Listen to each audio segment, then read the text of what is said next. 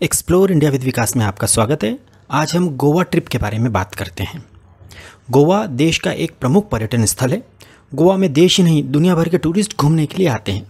यदि आप गोवा घूमने की योजना बना रहे हैं तो गोवा कैसे पहुँचें, ये आपके सामने सबसे बड़ा सवाल होता है।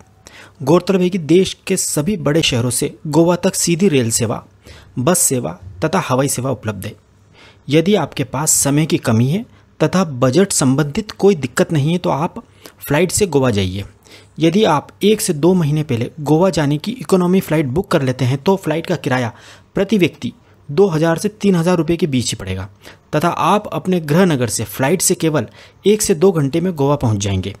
यदि आप ट्रेन से गोवा आते हैं तो ट्रेन का किराया तो बहुत कम लगेगा, परंतु गोवा तक पहुँचने में समय 1 से 2 दिन लग जाएंगे। बस से भी गोवा पहुंचने में काफ़ी समय लगेगा, इसलिए हमारा आपको सुझाव है कि आप फ्लाइट से ही गोवा जाइए। गोवा पहुंचने के बाद आप एयरपोर्ट, रेलवे स्टेशन अथवा बस स्टैंड से अपनी ऑनलाइन बुक होटल तक टैक्सी से जाएं। गोवा में आप होटल ऐसी बुक कीजिएगा जो बीच के पास हो। अपनी होटल में चेक इन करने के उपरांत आप अपनी होटल में चाय नाश्ता करें तथा उसके बाद अपनी होटल के पास जो भी बीच हो वहाँ घूमने निकल जाएं।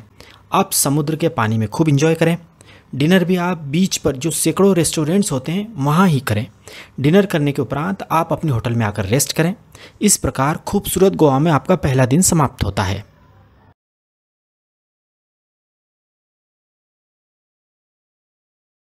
अगले दिन आप अपनी होटल में सुबह का ब्रेकफास्ट करें तथा गोवा घूमने के लिए आप होटल से बाहर निकल जाएं।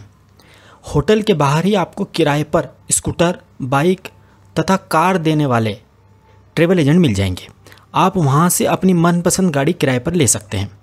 स्कूटर का एक दिन का किराया केवल 250 रुपये होता है, बाइक का किराया 350 रुपये तथा कार का किराया 800 से 1000 रुपये के लगभग होता है।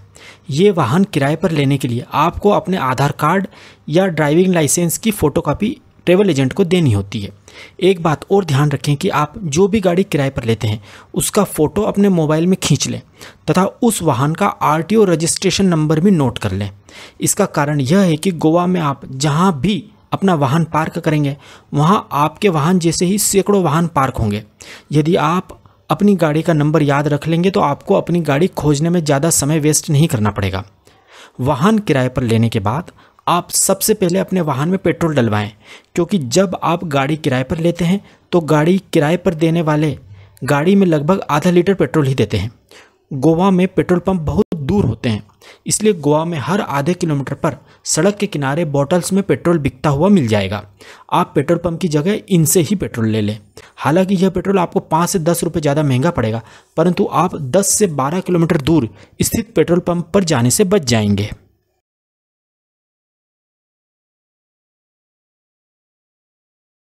गाड़ी किराए पर लेने के बाद आप गोवा का सबसे प्रसिद्ध कलिंगट अथवा बागा बीच देखने जाएं। इस बीच पर आप dolphin ride, parasailing, banana boat ride, water scooter आदि वाटर एक्टिविटीज़ को अपने परिवार के साथ एंजॉय कीजिए। यह सारी वाटर एक्टिविटीज़ आप यदि एक साथ बुक करते हैं तो आप बहुत कम पैसे में यह सारी एक्टिविटीज़ एंजॉय कर पाएंगे। इन सारी वाटर एक्टिविटीज़ में आपको 3 से 4 घंटे का समय लगेगा। यह एक्टिविटी करने के बाद आप बीच पर ही किसी रेस्टोरेंट में लंच कर लें।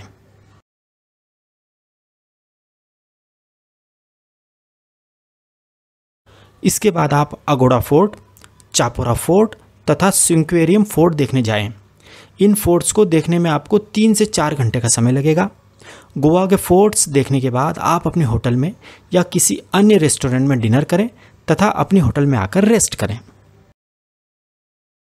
तीसरे दिन आप सुबह का ब्रेकफास्ट अपने होटल में जल्दी से कर लें तथा सीधे कलिंगट बीच पर स्थित कलिंगट रेसिडेंसी होटल पर 8 बजे तक पहुंच जाएं। इसी होटल के रिसेप्शन से आप साउथ गोवा बस ट्रिप बुक कर लें। इस ट्रिप का किराया एसी बस से केवल 350 रुपये है। बस आपको इसी होटल से 8:30 बजे पिक करेगी तथा आपको साउथ गोवा के महत्वपूर्ण टूरिस्ट स्पॉट्स दिखाकर रात को 8:30 बजे इसी होटल पर छोड़ देगी। आप यह ट्रिप ऑनलाइन भी बुक कर सकते हैं। गोवा टूरिज्म डिपार्टमेंट की यह बस आपको ओल्ड गोवा के चर्च जैसे basilica of Bom Jesus, saint cathedral church, Shri Mangesh temple, Shri Shanta Durga temple, big foot Portuguese house तथा साउथ गोवा के बीच का अच्छे से भ्रमण कराएगी। गोवा टूरिज्म की होटल फार्मागुड़ी रेसिडेंस में यह बस लंच के लिए भी रुकती है। लंच आपको अपने पैसे से करना होता है। लंच टूर पैकेज में शामिल नहीं होता है। फार्मागुड़ी रेसिडेंसी का भोजन बहुत ही टेस्टी तथा रीजनेबल होता है। गोवा टूरिज्म की यह बस आपको घूमने के लिए भी काफ़ी समय देती है, जिससे आप आराम से इन टूरिस्ट प्लेसेस को अच्छे से एक्सप्लोर कर पाएंगे। यह बस आपको कलिंगड रेसिडेंसी में रात को 8:30 बजे छोड़ देगी, जहां से आप अपने स्कूटर से या टैक्सी से अपनी होटल आराम से 5 से 10 मिनट में पहुंच जाएंगे। इसके बाद आप डिनर करके अपनी होटल में रेस्ट करें। इस प्रकार गोवा में आपका तीसरा दिन समाप्त होता है।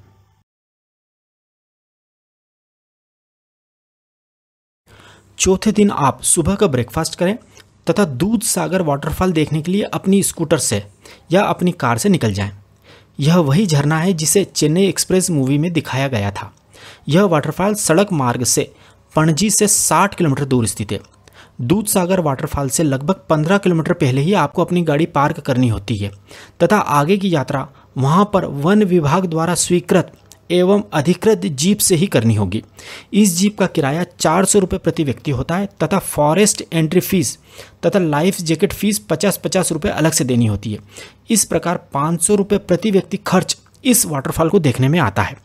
इस वाटरफॉल को देखने के लिए आपको जीप जिस जगह छोड़ देगी वहाँ से आपको पैदल भी बहुत चलना पड़ेगा। यदि आपके साथ छोटे बच्चे तथा बुजुर्ग लोग हैं तो आप इस वाटरफॉल को देखने मत जाइएगा, क्योंकि इस वाटरफॉल तक पहुंचने का रास्ता फिसलन भरा तथा ऊबड़ खाबड़ है।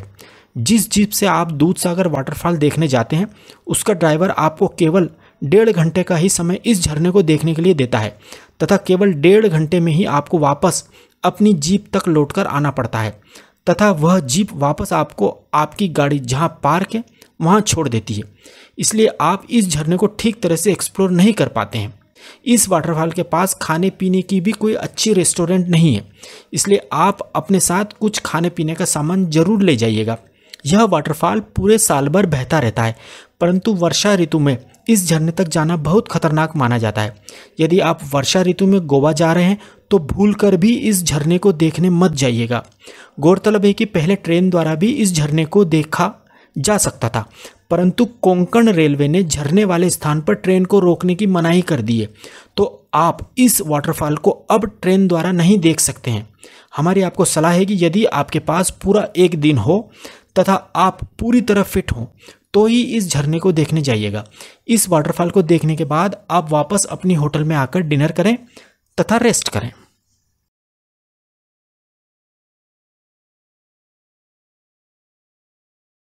पांचवें दिन आप अपने होटल में सुबह का नाश्ता करें तथा कलिंगड बीच अथवा बागा बीच पर आ जाएं। यहाँ से आप dolphin boat ride trip book करें। डॉल्फिन बोट राइड ट्रिप का प्रति व्यक्ति किराया 300 रुपये होता है। आप बार्गेन करके किराया कम भी करा सकते हैं। डॉल्फिन बोट राइड सामान्यतः सुबह के समय ही चलती हैं। डॉल्फिन बोट राइड ट्रिप में आपको समुद्र में काफ़ी दूर तक ले जाकर डॉल्फिन दिखाई जाती हैं। डॉल्फिन बोट राइड ट्रिप में आप सैकड़ों डॉल्फिन को बहुत पास से अटखेलियाँ करते हुए देख सकते हैं। इस डॉल्फिन बोट राइड ट्रिप में आपको लगभग 2 घंटे का समय लगेगा। डॉल्फिन बोट राइड करने के बाद आप बीच पर फ़ोटो क्लिक करा सकते हैं। बीच पर बहुत सारे प्रोफेशनल फोटोग्राफर्स होते हैं जो कि आपके बहुत सुंदर फ़ोटो क्लिक करेंगे। इसके बाद आप वहीं किसी अच्छे से रेस्टोरेंट पर लंच करें तथा उसके बाद आप अपने परिवार के साथ बीच शेक्स पर आराम करें। गौरतलब है कि बीच शेक्स एक प्रकार की आराम करने की कुर्सियां होती हैं जो कि बीच की रेत पर लगी होती हैं तथा इनके ऊपर बड़े बड़े रंगीन छाते लगे होते हैं। इन बीच शेक्स कुर्सियों का किराया 100 रुपये प्रति घंटे होता है।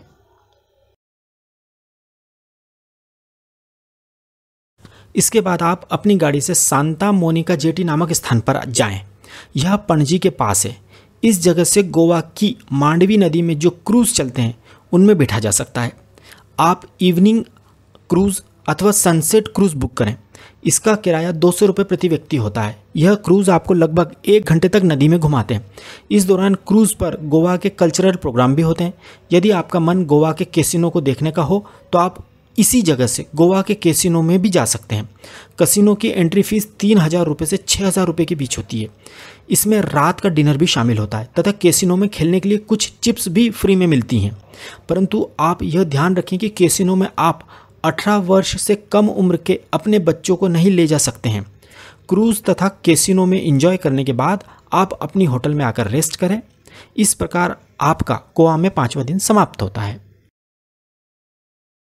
छठे दिन आप सुबह अपनी होटल में ब्रेकफास्ट करें तथा अपनी किराए से ली गई गाड़ी वापस कर दें। इसके बाद आप होटल से चेकआउट करें तथा टैक्सी के द्वारा एयरपोर्ट, रेलवे स्टेशन अथवा बस स्टैंड पहुंच जाएं। इसके बाद आप अपने गृह नगर की ओर प्रस्थान करें। इस प्रकार आपकी खूबसूरत गोवा ट्रिप खूबसूरत यादों के साथ समाप्त होती है। अब हम इस 6 दिन की गोवा ट्रिप के अधिकतम खर्च की बात करते हैं। 4 लोगों का आने जाने का फ्लाइट का कुल किराया 16,000 रुपये। 4 लोगों का 6 दिन का टैक्सी या स्कूटर का कुल किराया 6,000 रुपये। 4 लोगों का 6 दिन का होटल का किराया 6,000 रुपये। 4 लोगों का 6 दिन का भोजन का खर्च 10,000 रुपये। 4 लोगों का 6 दिन का एक्टिविटी का कुल खर्च 8,000 रुपये। 4 लोगों का गोवा में 6 दिन का अधिकतम कुल खर्च 46,000 रुपये। इसे हम 4 से डिवाइड करते हैं तो प्रति व्यक्ति अधिकतम कुल खर्च 11,500 रुपये आएगा। इस प्रकार आप केवल 11,500 रुपये में शानदार तरीके से फ्लाइट को शामिल करते हुए गोवा घूम सकते हैं। यदि आप फ्लाइट की जगह ट्रेन या बस से गोवा आते हैं तो यात्रा खर्च 16,000 रुपये से घटकर केवल 6,000 रुपये ही आएगा तथा 4 लोगों की इस गोवा यात्रा का कुल खर्च 36,000 रुपये ही आएगा। इस प्रकार प्रति व्यक्ति खर्च भी 11,500 रुपये से घटकर केवल 9,000 रुपये ही आएगा। तो अब इंतज़ार मत कीजिए, जल्दी ही गोवा घूमने का प्लान बनाइए। यदि आपको हमारी जानकारी सही तथा उपयोगी लगी हो तो प्लीज़ हमारे चैनल एक्सप्लोर इंडिया विद विकास को सब्सक्राइब जरूर कीजिएगा। Thank you.